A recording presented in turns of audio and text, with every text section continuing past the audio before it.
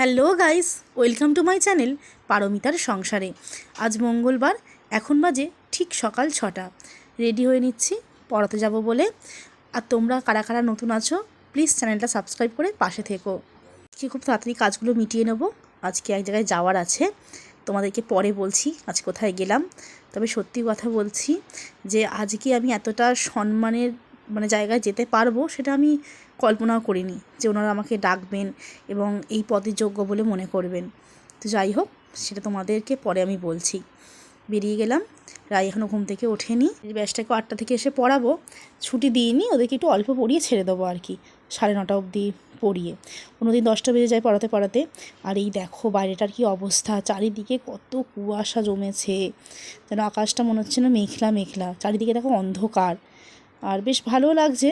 রাস্তা দেখো একটাও লোক নেই। ও বাবা, এখানটা আসার পর তো মনে হচ্ছে আমি কোনো জঙ্গলের ভিতর ঢুকে গেছি।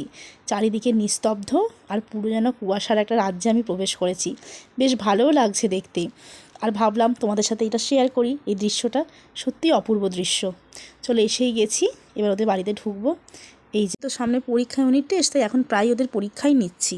আর আজকে ওদের ওপর ঘরে বসবো। দেখি পড়ার বিছানাতেই সেই সুন্দর একটা পুতুল রাখা আছে।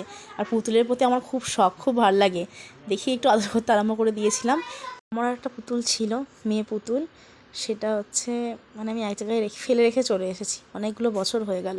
সেই পুতুলটার কথা সত্যি আমার খুব মনে পড়ে। আমি ফেরত আনিনি, কারণ কোনো জিনিসই আমি ফেরত আনিনি সেখান থেকে। তাই পুতুলটাকেও রেখে এসেছি। জানি না পুতুলটা কেমন আছে এখন। পরিয়ে নিই, তারপর বাড়ি গিয়ে তোমাদের সাথে দেখা হবে।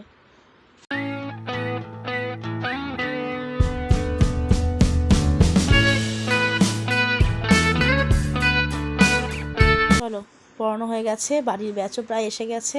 ওদিকে চটপট পরিয়ে দিই, পরিয়ে টরিয়ে তারপরে আমার সেই জায়গাটা যাওয়ার কথা আছে। তোমাদেরকে রেডি হয়ে গিয়ে তারপরে বলবো।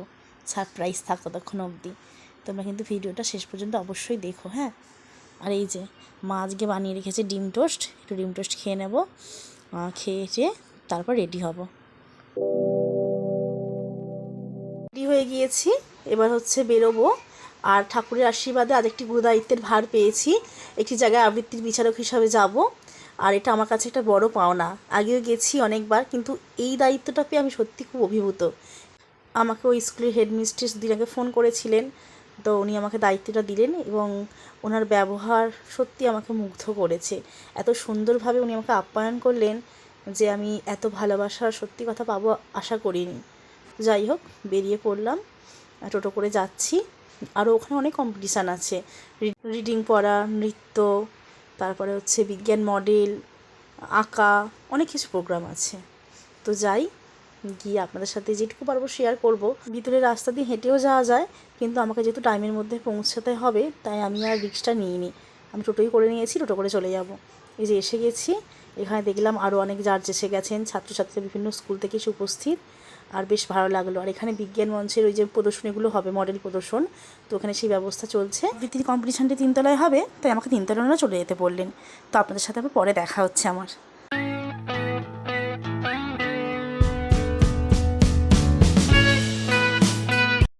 শেষ হয়ে গেছে, আর ছাত্রছাত্রীরা খুব সুন্দর পারফরমেন্স করেছে।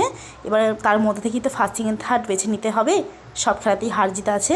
তোরা ছোটো ছোটো বাচ্চা, ওরা যে এতটা এফোর্ট দেখিয়েছে এটাই অনেক। ওরা সবাই খুব সুন্দর পরিবেশন করেছিল। তো আমাকে ওখান থেকে একটা খুব সুন্দর টিফিন দিয়ে দিয়েছিল। আমি বাড়ি এসে চিপসটা খেয়ে নিয়েছি, আর রায়ের জন্য বাকিটা রেখে দিয়েছি। তো আজকের ব্লগটা এই পর্যন্ত। দেখা হচ্ছে নেক্সট কোনো ব্লগে। ততক্ষণের জন্য আপনারা সবাই খুব ভালো থাকবেন এবং প্লিজ চ্যানেলটা সাবস্ক্রাইব করে পাশে থাকবেন।